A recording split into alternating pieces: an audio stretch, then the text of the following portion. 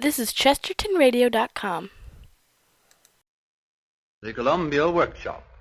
Ladies and gentlemen, tonight the Columbia Workshop presents the 8th program of a series devoted to experimental radio. Your letters on last week's program, in which we dramatized Jonathan Swift's The Voyage to Brobdingnag from Gulliver's Travels, were very interesting and welcome. Thank you. Tonight, the workshop is proud to turn over its resources to Orson Welles. Some months ago, Mr. Welles produced Shakespeare's Macbeth for the Federal Theater. It was received with the most enthusiastic response accorded Shakespearean production in years. He is now busily engaged rehearsing for one of the leading roles in Sidney Kingsley's new play, 10 Million Ghosts, and also producing his own version of a French farce called Horse Eats Hat. Between both rehearsals, he has managed to write a book called Everybody's Shakespeare. We have asked Mr. Welles to arrange and produce Shakespeare's Hamlet for the workshop. He will also play the leading role. But first, a word from Mr. Welles. In deciding to present an abbreviated version of Hamlet, the Columbia Workshop found itself facing a considerable dilemma. Would it be feasible, we wondered, to give merely the plot in our short space of time, or should we concentrate on certain well-known passages and let the story proceed confusingly? Our final decision was this: to present to you the first 2 acts of the play, retaining, whenever possible, the most notable scenes in their entirety, and giving you, we hope, a clear, dramatic statement of the causes of Hamlet's tragedy. Hamlet by William Shakespeare.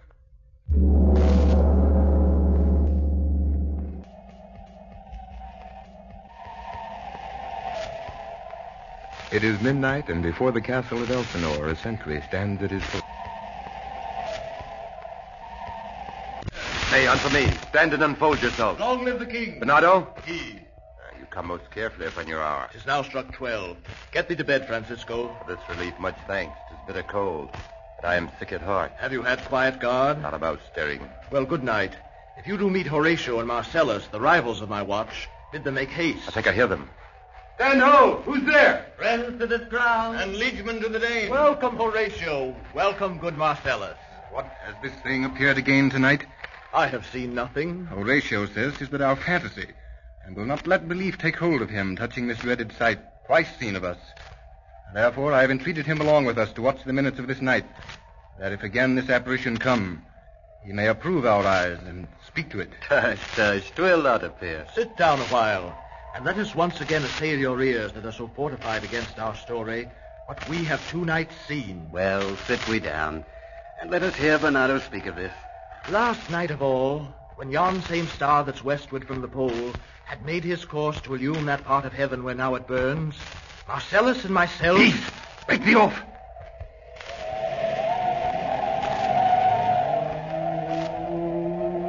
Look, where it comes again. In the same figure like the king that's dead. Shall I strike at it with my partisan? No, it will not stand. It's here! It's here!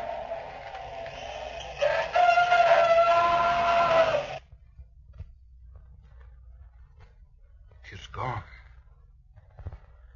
We do it wrong, being so majestical, to offer it show of violence.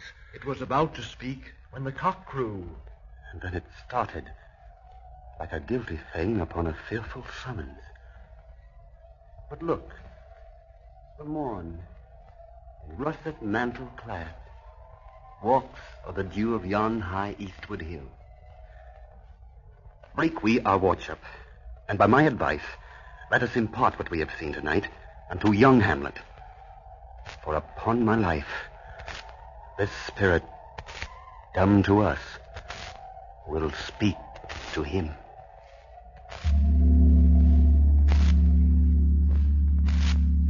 In the great hall of the castle, the court is assembled.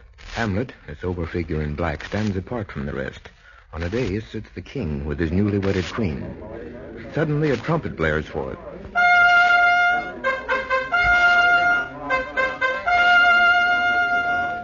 And the king rises.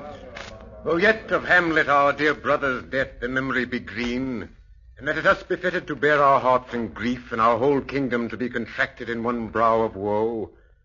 Yet so far hath discretion fought with nature, that we with wisest sorrow think on him, together with remembrance of ourselves.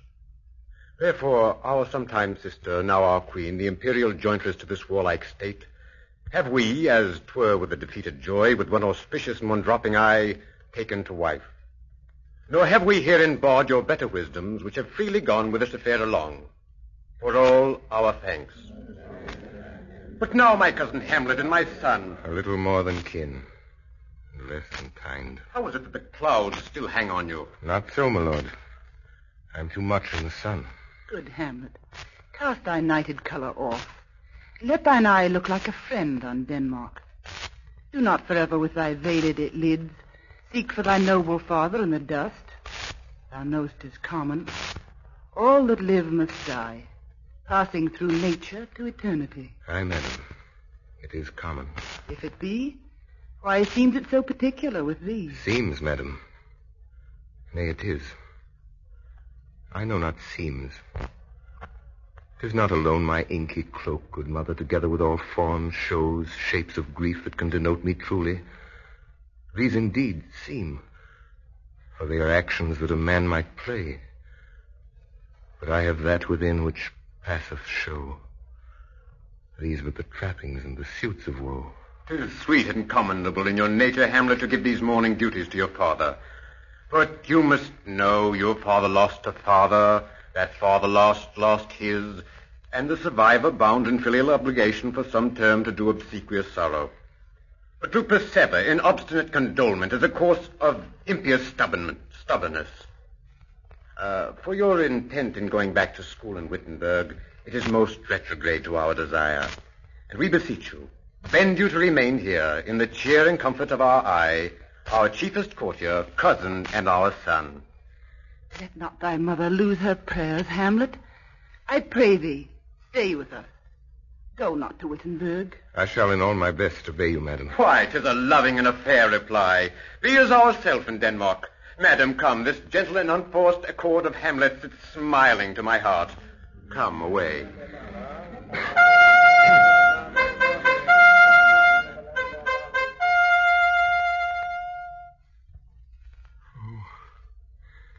This too solid flesh would melt, thaw, and resolve itself into a dew. Or that the everlasting had not fixed his canon against self-slaughter. Oh, God. How weary, stale, flat, and unprofitable seem to me all the uses of this world. Fie on it. Fie. 'Tis an unweeded garden that grows to seed.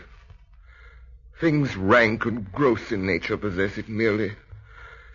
That it should come to this. But 2 months dead, nay, not so much, not 2. So excellent a king that was to this Hyperion to a satyr.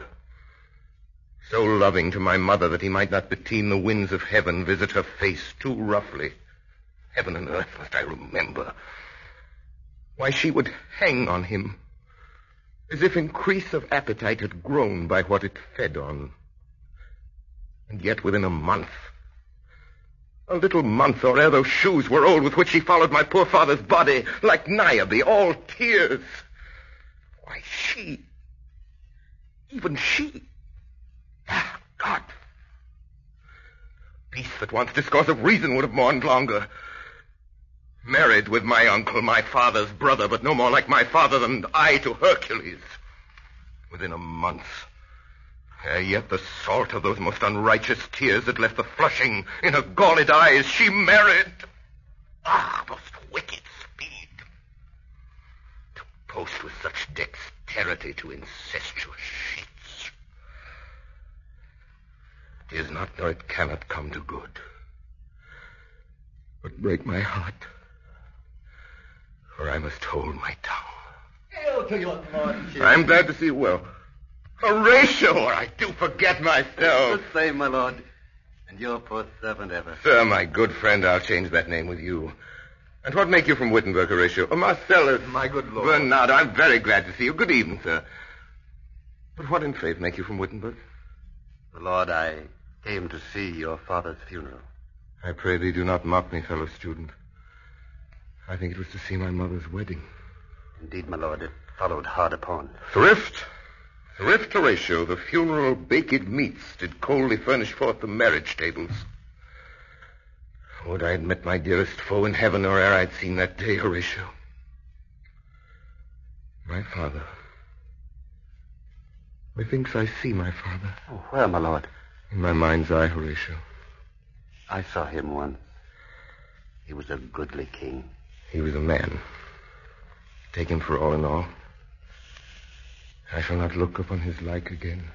My lord, I think I saw him yesternight. Saw who? My lord, the king, your father. The king, my father? 2 nights together. Had these gentlemen, Marcellus and Bernardo, on their watch, and the dead vast and middle of the night, been thus encountered. A figure, like your father, armed at point exactly cap a pie, appears before them, and with solemn march goes slow and stately by them. This to me in dreadful secrecy impart they did, and I, with them, the 3rd night kept the watch, where, as they had delivered, both in time, form of the thing, each word made true and good, the apparition comes. I knew your father. These hands are not more like. But where was this? Lord, upon the platform where we watched. It's very strange. Indeed, my honored lord, 'tis true. Indeed, sirs, but this troubles me. I'll do the watch tonight. We do, me lord. Answer you. My lord. From top to toe. Me lord, from head to foot. I will watch tonight. Perchance to walk again. I warrant it will. If it assume my noble father's person, I'll speak to it, though hell itself should gape and bid me hold my peace. So fare you well at once. Upon the platform, twixt 11 and 12, I'll visit you. Our duty to your honor. My father's spirit in arms. All is not well. I doubt some foul play. Would the night were come. Till then, sit still, my soul. Foul deeds will rise, though all the earth o'erwhelm them to men's eyes.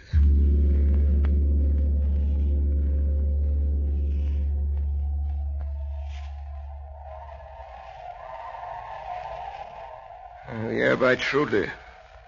It's very cold. The nipping and an eager air. What hour now? I think it lacks of 12. Oh, no, it has struck. Indeed? I heard it not. Then draws near the season wherein the spirit held his wont to walk.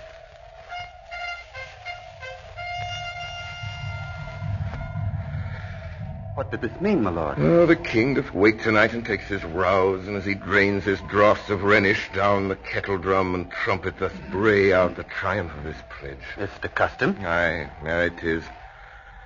But to my mind, though I'm native here, and to the manner born, it is a custom more honored in the breach than the observance.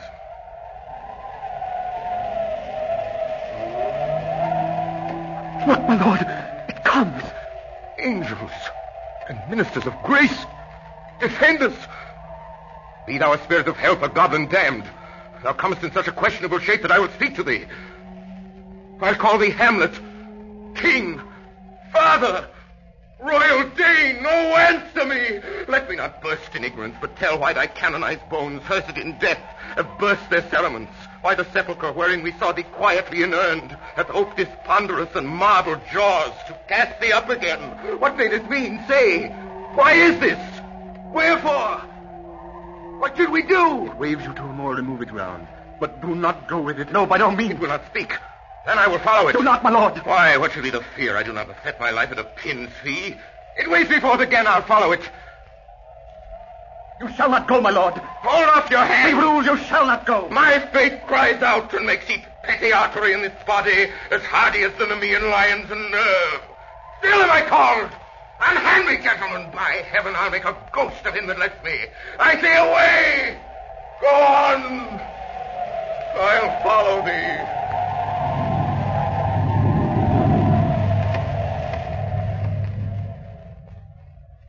Whither wilt thou lead me? Speak. I'll go no further. Mark me. I will. My hour is almost come, when I to sulphurous and tormenting flames must render up myself. Alas, poor ghost.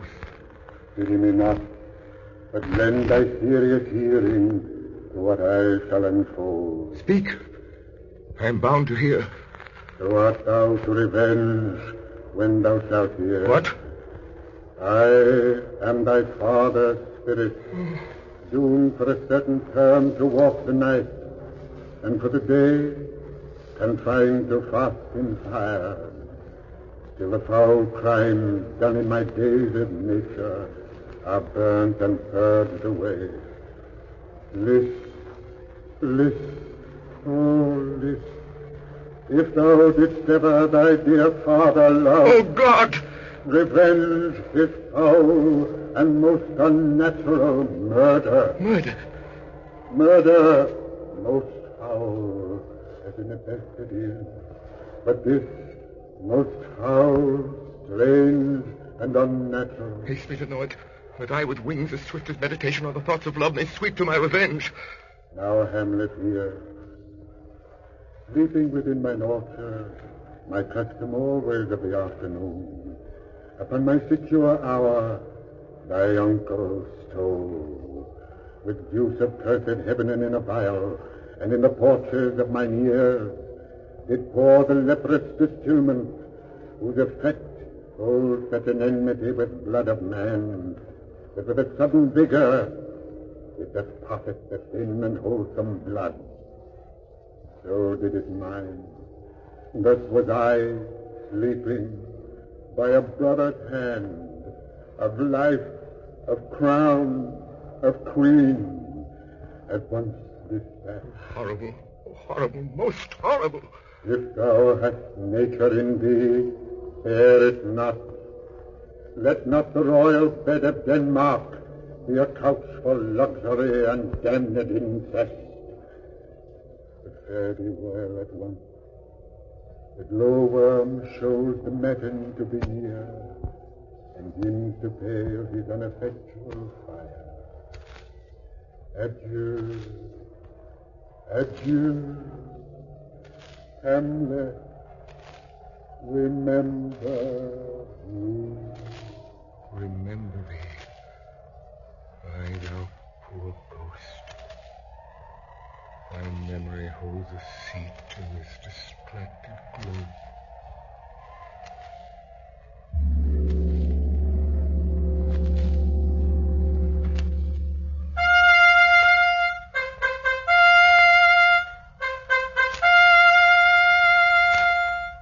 Welcome, dear Rosencrantz and Guildenstern.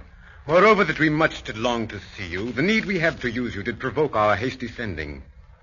Something have you heard of Hamlet's transformation? What it should be, more than his father's death, that thus hath put him so much from the understanding of himself, I cannot dream of. I entreat you both, that being of so young days brought up with him, that you vouchsafe your rest here in our court some little time. So by your companies to draw him on to pleasures, and to gather whether aught to us unknown afflicts him thus, that opened lies within our remedy. Good gentleman, he much hath talked of you, and sure I am to men there are not living to whom he more adheres. We here give up ourselves in the full bent, to lay our service freely at your feet to be commanded. Thanks, Guildenstern, and gentle Rosencrantz. And I beseech you instantly to visit my too much changed son. Go, some of you, and bring these gentlemen where Hamlet is. Heavens make our presence and our practices pleasant and helpful to him. Aye. Amen. My liege and madam. Now, what says Polonius, our Lord Chamberlain? He tells me, dear Gertrude, that he hath found the head and source of all your son's distemper. I doubt it no other than the main. His father's death and our o'er-hasty marriage. My liege and madam, to expostulate what majesty should be, what duty is, why day is day, night night, and time is time, were nothing but to waste night, day, and time. Therefore, since brevity is the soul of wit, I will be brief. Your noble son is mad. Mad, call I it, for to define true madness, what is to be nothing else but, mad. But let that go. More matter, with less art. Madam, I swear I use no art at all. That he is mad, 'tis true. 'Tis true, 'tis pity, and pity 'tis true. And now remains that we may find out the cause of this defect, or rather say, the cause of this defect. How may we try it further? You know, sometimes he walks 4 hours together here in the lobby. So he does indeed. And look, where sadly the poor wretch comes reading. Away, I do beseech you, both away. I'll board him presently. Oh, give me leave. How does my good Lord Hamlet? Well, God of mercy. Do you know me, my lord? Excellent well. You are a fishmonger. Not I, my lord. Then I would you were so honest a man. Honest, my lord? Why, sir, to be honest as this world goes is to be one man picked out of 10,000. What do you read, my lord? Words. What is the matter, my lord? Between who? I mean the matter that you read, my lord. Slander, sir, for the satirical rogue says here that old men have gray beards, that their faces are wrinkled, their eyes purging thick amber and plum tree gum, and that they have a plentiful lack of wit, together with most weak hands. Though this be madness, yet there is method in it. Will you walk out of the air, my lord? Aye, into my grave. Indeed, that is out of the air. How pregnant sometimes his replies are. My honorable lord, I will most humbly take my leave of you. You cannot, sir, take from me anything that I will more willingly part with all, except my life. Except my life. Except my life. Fare you well, my lord. These tedious old fools. You go to seek the Lord Hamlet. There he is. God save you, sir. My honored lord. Oh, my most dear lord. good friends. How dost thou, Guildenstern? Ah, Rosencrantz, what makes you at Elsinore? To visit you, my lord. No other occasion. Beggar that I am, I'm even poor in thanks. But I thank you. Are you not sent for? Is it your own inclining?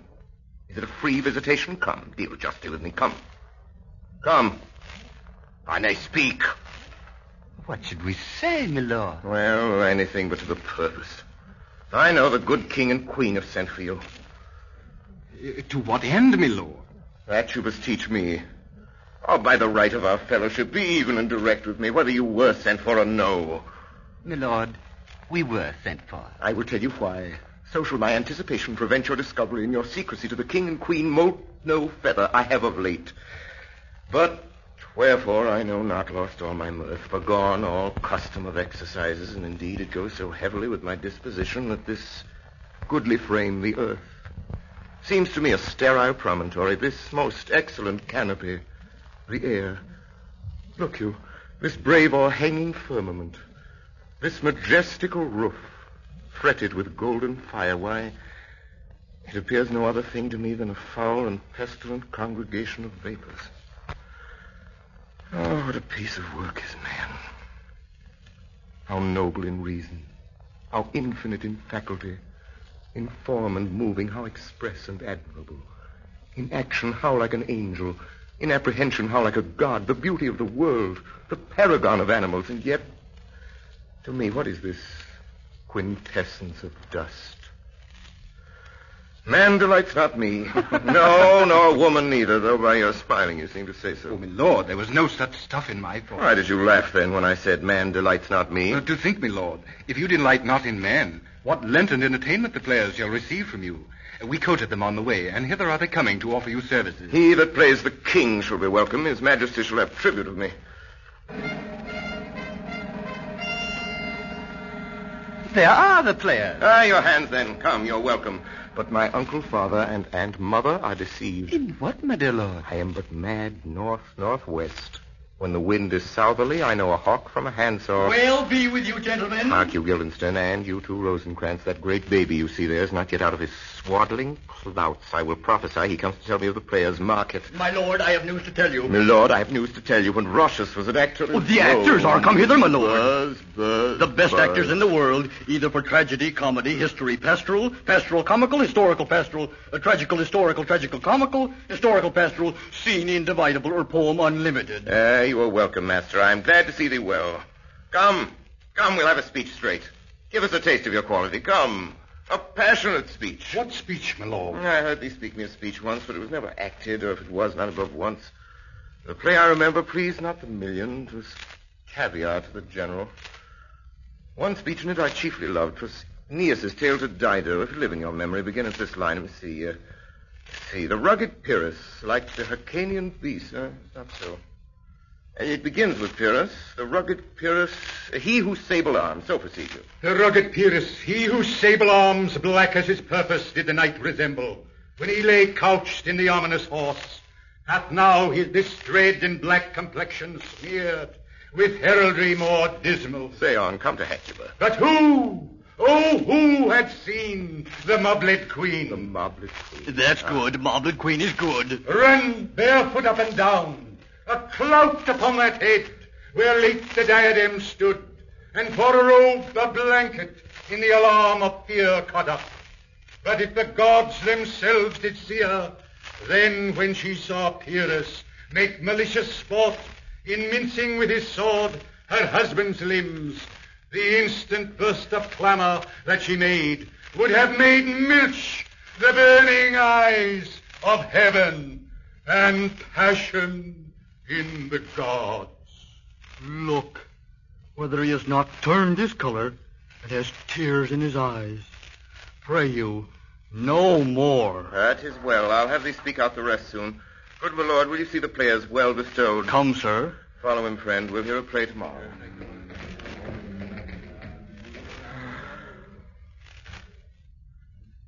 Now I'm alone.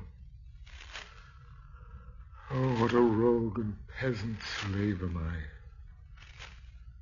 Is it not monstrous that this player here, but in a fiction, in a dream of passion, could force his soul so to his own conceit that from her working all his visage waned, tears in his eyes, distraction in suspect, a broken voice and his whole function suiting with forms to his conceit. And for nothing. For Hecuba. What's Hecuba to him, or he to Hecuba, that he should weep for her? What would he do had he the motive and the cue for passion that I have? He would drown the stage with tears and cleave the general ear with horrid speech.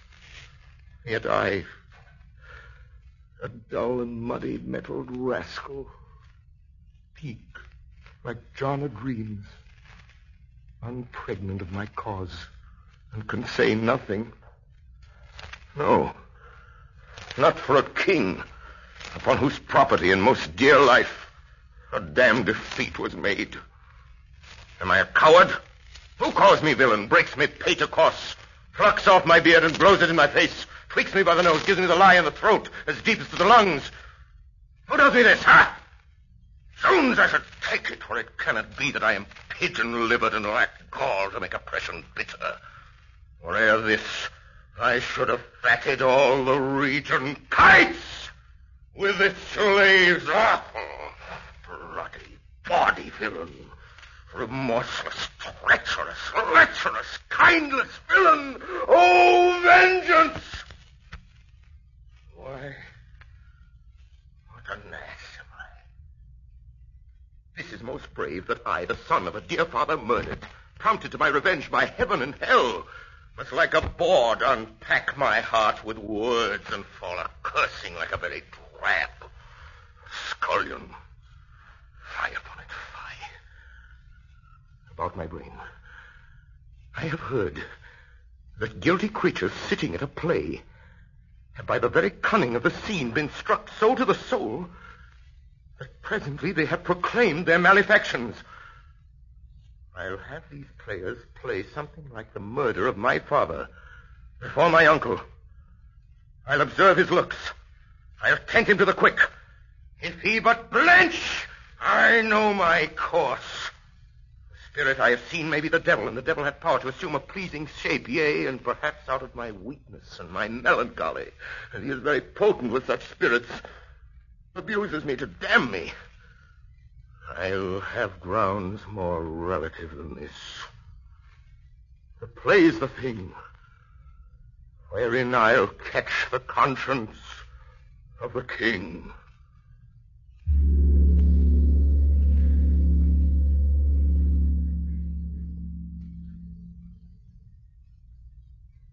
You have just heard a condensed version of William Shakespeare's Hamlet. The cast included this evening the King, played by Alexander Scourby, the Queen by Rosamund Pinchot, Polonius by Edgerton Paul, Horatio by Sidney Smith, the Ghost by George Gall, Bernardo by Hiram Sherman. This program was arranged and directed by Orson Welles. Irving Reis directed the radio effects. The Columbia Workshop would appreciate your comments on this production.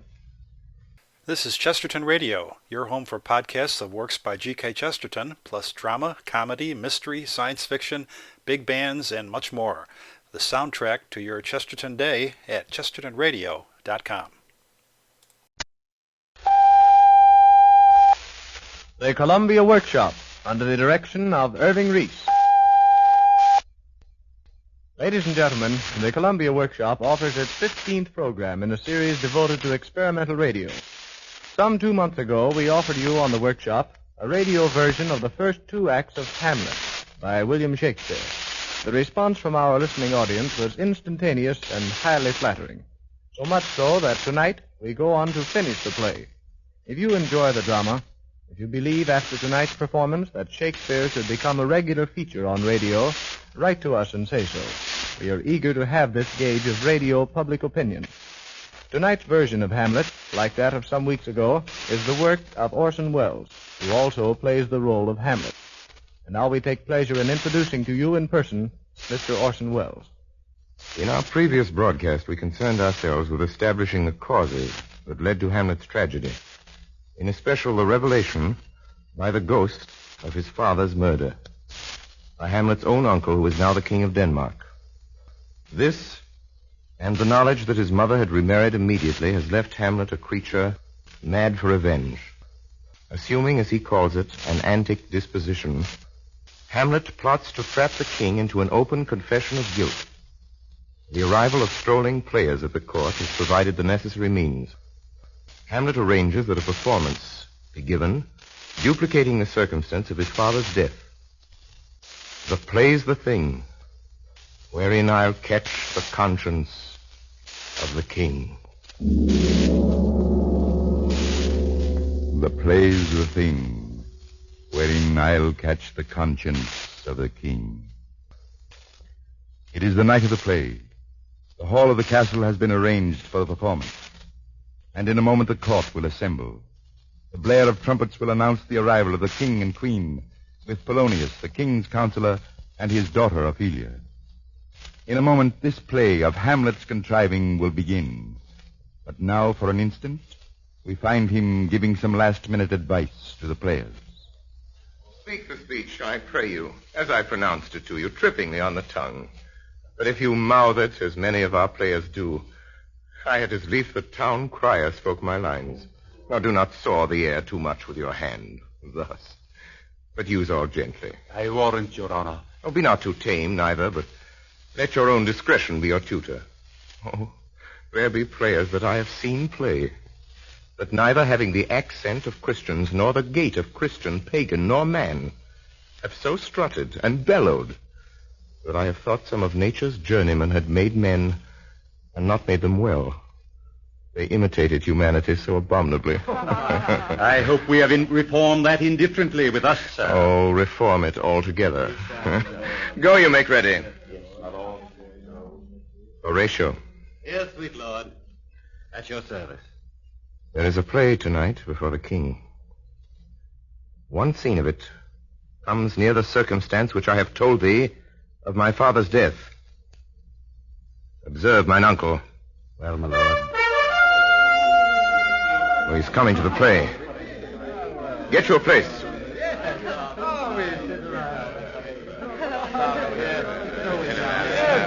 Your Majesty. How fares our cousin Hamlet? Excellent, i' faith, of the chameleon's dish. I eat the air, promise crammed. You cannot feed capons, so... I have nothing with this answer, Hamlet. These words are not mine. No, nor mine now. Polonius, are the players ready? Aye, my lord, they stay upon your patience. Sit you there, Ophelia. Fair Ophelia. You are merry, my lord. What should a man do but be merry? For look you, how cheerfully my mother looks. And my father died within these 2 hours. Nay, 'tis twice 2 months, my lord. So long.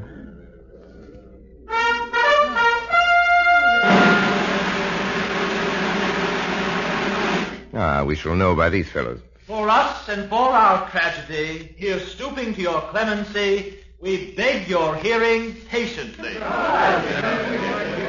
Full 30 years' times hath Phoebus' cart gone round Neptune's salt wash, and Tellus' orbit ground, since love our hearts and Hymen did our hands unite commutual in most sacred bands. So many journeys may the sun and moon make us again count o'er, ere love be done. Faith, I must leave thee, love, and shortly too, my operant powers their functions leave to do. and thou shalt live. Oh, confound the rest! Such love must needs be treason in my breast. And second husband let me be a curse. None weds a second, but who kills the first.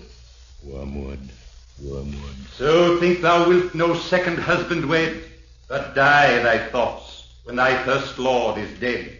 Both here and hence pursue me lasting strife. If once a widow, ever I be wife. 'Tis deeply sworn. Sweet, leave me here a while. My spirits grow dull, and fain I would beguile the tedious day with sleep. Sleep rock thy brain, and never come mischance between us twain. Madam, how like you this play? The lady does protest too much, methinks. Oh, she'll keep her word. What do you call the play? The Mousetrap. Very how? Tropically. This play is the image of a murder done in Vienna. Thoughts black, hands apt, drugs fit and tired. This one is Lucianus, nephew to the king, see? He poisons him in the garden for the state. His name's Gonzago. The story is extensive, written choice Italian. You shall see anon how the murderer gets the love of Gonzago's wife. Give all the play! What? Write it with false fire! Give me some light! Why?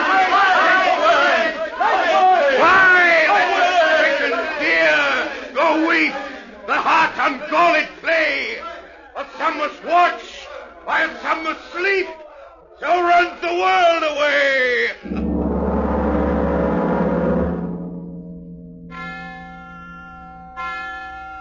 "'Tis now the very witching time of night, when churchyards yawn, and hell itself breathes out contagion to this world.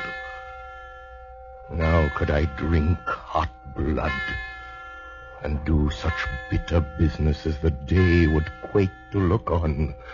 Soft. Now to my mother."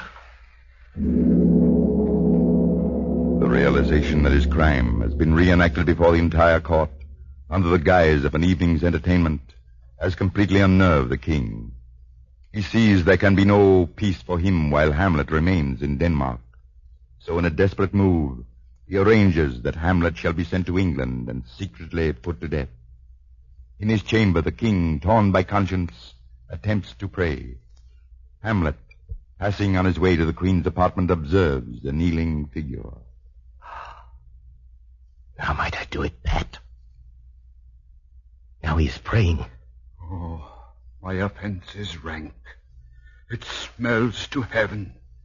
It hath the primal eldest curse upon't, a brother's murder. Oh, what form of prayer can serve my turn?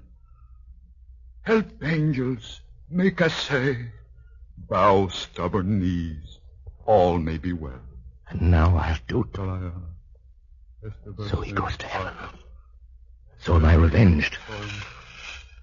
Oh, this is hire and salary, not revenge. He took my father grossly full of bread, with all his crimes, broad flown, as flush as May.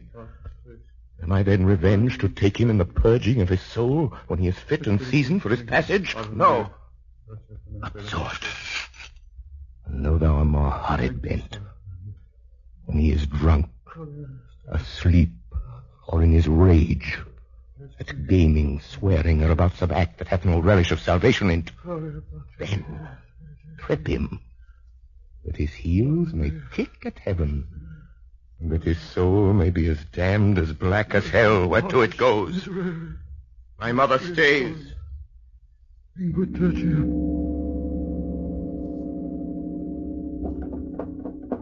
Who's there? Claudius. Hamlet is coming straight.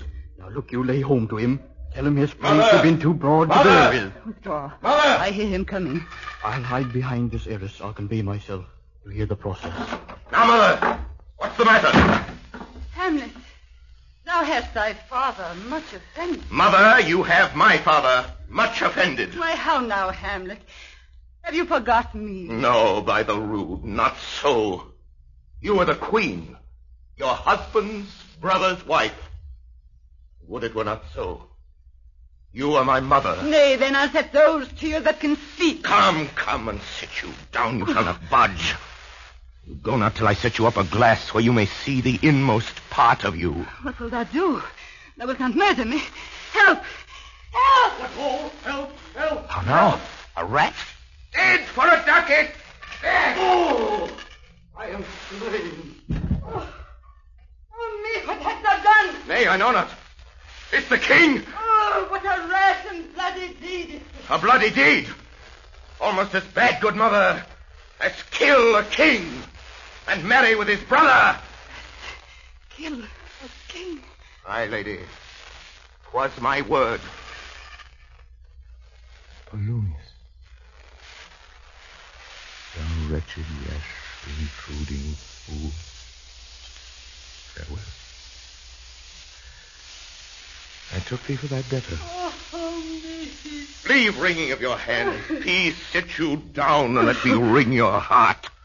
Or so I shall if it be made of penetrable stuff. If damned custom have not brassed it so that it be proof and bulwark against sense. What have I done?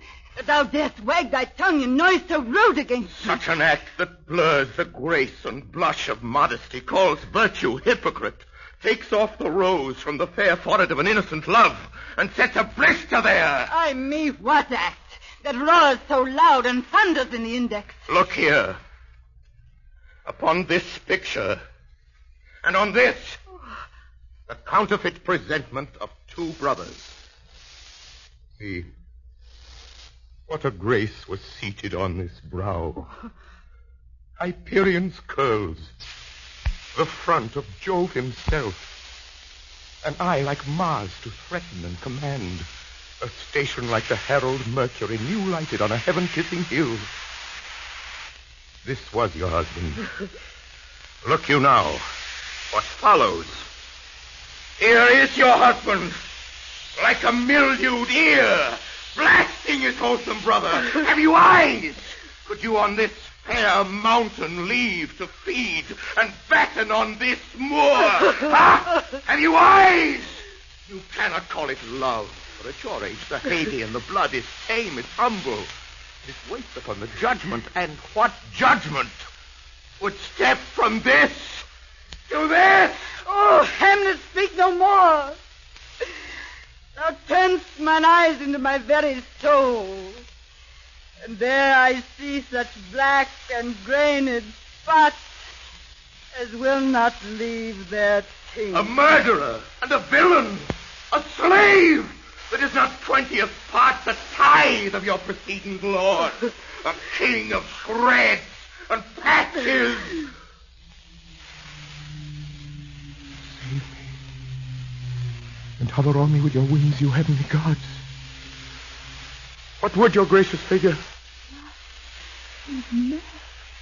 Do you not come, your tardy son, to chide?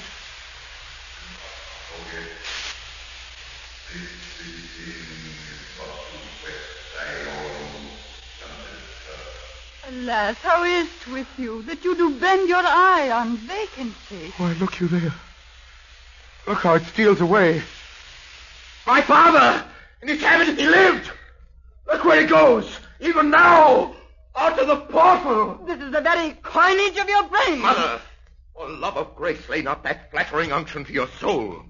But not your trespass, but my madness speaks. It will but skin and film the ulcerous place, whilst rank corruption, mining all within, infects unseen.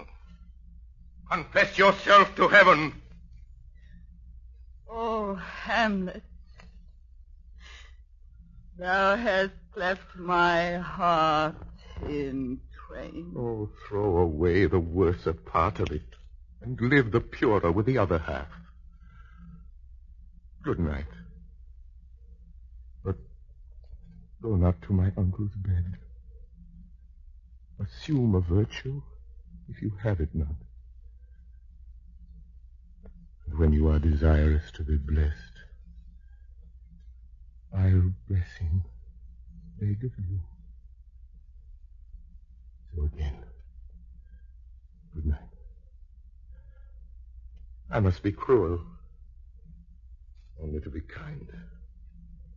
Be thou assured, if words be made of breath, and breath of life, I have no life to breathe what thou hast said to me. I must to England. You know that. Alack, I had forgot. 'Tis so concluded on. Good night, Mother.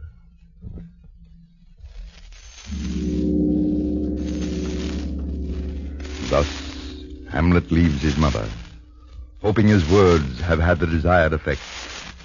But the queen, after her son's converse with an unseen spirit, is now more convinced than ever that Hamlet is mad. She reports her conclusions to the king, who speedily commands that Hamlet shall leave at once for England. And so Hamlet is banished from Denmark. But the peace for which the king has prayed is not to come. The murder of Polonius proves the mainspring of greater and more tragic events. Bereft of her father, Ophelia goes insane. The Danish people are stirred almost to rebellion. And finally, with the return of Laertes, the son of Polonius, they are provided with a necessary leader. Now the rabble has risen, and, led by Laertes, storms the castle in which the king and queen have secluded themselves. Suddenly the doors break open, and Laertes appears at the head of the mob. Where is this king? Sir, stand you all without. I pray you, give me leave. Keep the door. Oh, thou vile king, give me my father. Tell me, Laertes, why thou art thus incensed? Let him go, Gertrude. Speak, man. Where is my father? Dead. But not by him. How came he dead? I'll not be juggled with. But I am guiltless of your father's death. The chalice leveled to your judgment pierced, as day does to your rye. Oh, no. What noise is that?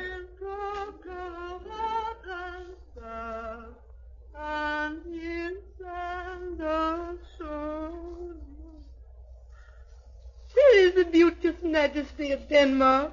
How do you, pretty lady? Well, God hold you. Ha! They say the owl was a baker's daughter. Oh, heat dry up my brains. 'Tis 7 times salt burn out the sense and virtue of mine eye. Dear maid, kind sister, sweet Ophelia. Oh, heavens, is it possible a young maid's wits should be as mortal as an old man's life? Why, there's rosemary. That's for remembrance. There's rue for you, and here's some for me. Ha, we may call it herb with grace for Sundays. Oh, you must wear your rue with a difference. I would give you some violets, but they withered all when my father died. God have mercy on his soul, and on all good Christian souls, I pray God. God be with you. Oh. Oh.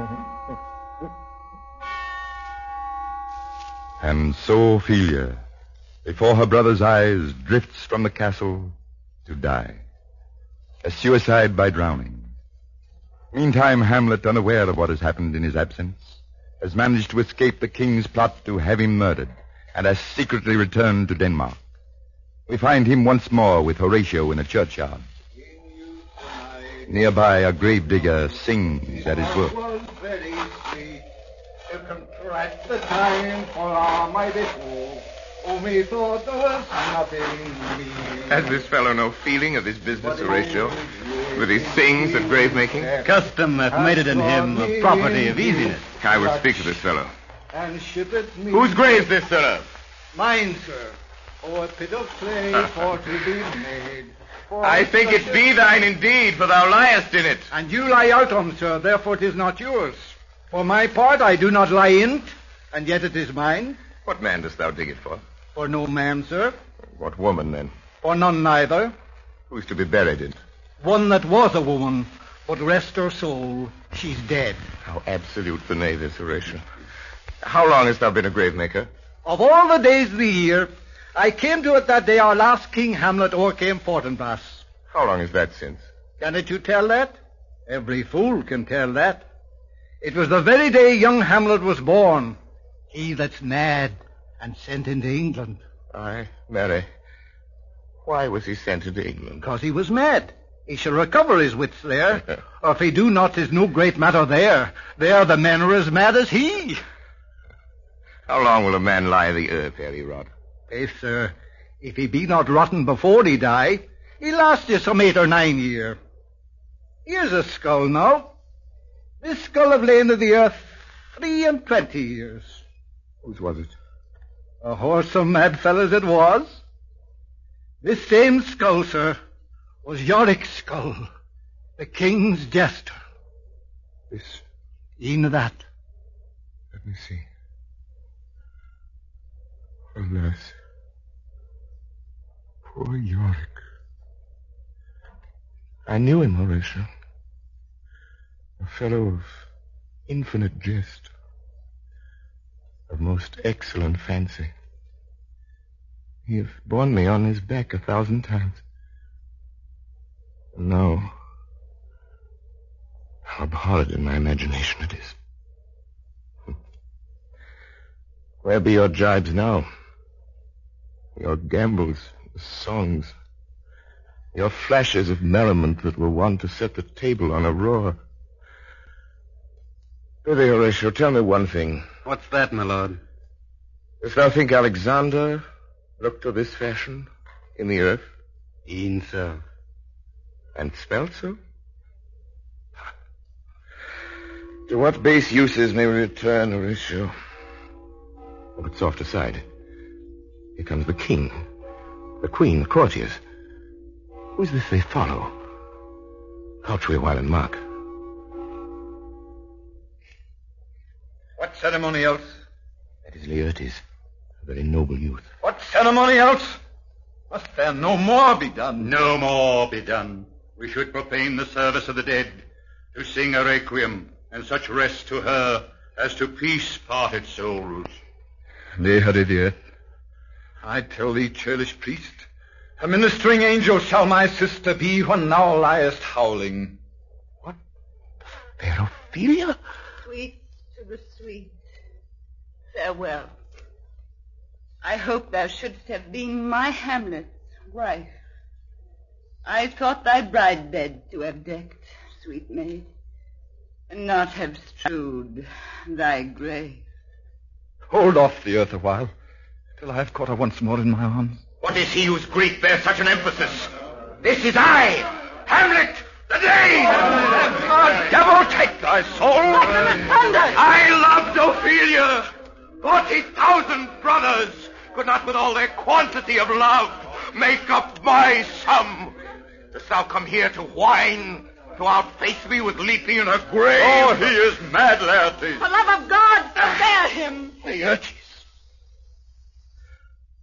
What is the reason that you use me thus? I loved you ever. But 'tis no matter. Let Hercules himself do what he may. The cat will mew, and dog will have his day. Now Laertes, determined to be revenged, finds an ally in the king. Thus the latter arranges that Hamlet and Laertes shall duel. Ostensibly for sport, the contest is treacherously conceived. Laertes' rapier bears an envenomed point, and if this fails, the king has prepared a poisoned drink to ensure the death of Hamlet.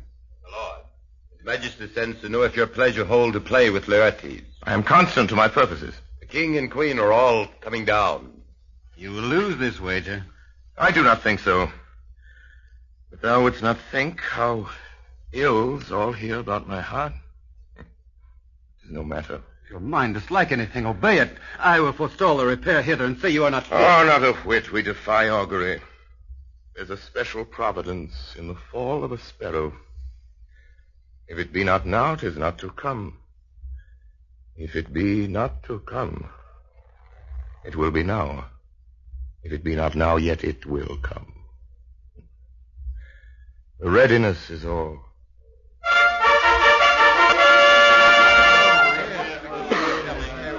Come, Hamlet. Come and take this hand from me. Give them the foil. You know the wager. Very well, my lord. Set me the stoups of wine upon that table. The king shall drink to Hamlet's better breath. Come, begin. Come on, sir. Come, my lord. What? No! A hit! A very palpable hit! Stay. Give me drink. Hamlet, here's to thy health. Give him the cup. I'll pray this bout first. Set it by a while. Come! Another hit! A tail! A touch! I do confess. The queen carouses to thy fortune, Hamlet. Just do not drink. I will, my lord. I pray you pardon me. 'Tis the poisoned cup. It is too late. Come for the third layer that you would dally. I pray you pass with your best violence. How about you now? A touch for Leontes! Hey, come again. Look, they have changed rapiers. Look to the queen there! Ho! How does the queen? She swoons to see them bleed. No, the drink. The drink! I am poisoned. Mobility! Let the doors be locked. Treachery, seek it out. It is here, Hamlet. Hamlet, thou art slain. The treacherous instrument is in thy hand, unbaited and envenomed. Thy mother's poisoned. I can no more. The king's to blame. Point in venom, too. Envenom thy work. Oh, yet defend me, friend. Here, thou incestuous, murderous, damned Dane. Drink off this potion. Follow my mother. You that look pale and tremble at this chance, that are but mutes or audience to this act, had I but time, oh, I could tell you. But let it be. I die, Horatio. Thou livest. Report me and my cause aright to the unsatisfied. Never believe it. I am more an antique Roman than a Dane. Is yet some liquor left? As thou art a man, give me the cup. Let go. My heaven, Horatio. What a wounded name. Things standing thus unknown shall live behind me. If thou didst ever hold me in thy heart, had sent thee from felicity a while, and in this harsh world draw thy breath in pain, to tell my story. The rest is silence. Now cracks a noble heart. Good night, sweet prince, and flights of angels sing thee to thy rest.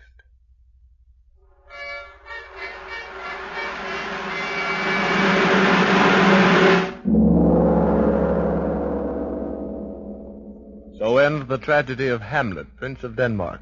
Again may we say that if you enjoyed this presentation, if you are convinced that the tragedies and comedies of Shakespeare have a place on the air and should become a permanent radio feature, write to us. Help give us this gauge of public opinion. Tonight's cast included Miss Frank Hale, Miss Laura Straub, Miss Virginia Wells, Mr. Whitford Kane, Sidney Smith, Joseph Cotton, Shirley Oliver, Santos Ortega, George Duthie, Edgerton Paul, and Hiram Sherman. The narrator was Edward Jerome. Next week, the workshop will present a special demonstration in conjunction with the meeting of the New York Electrical Society.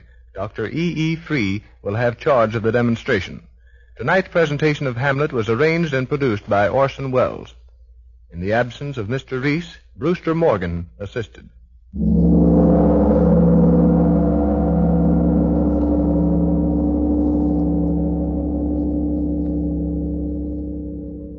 The Columbia Workshop's presentations are conceived and directed.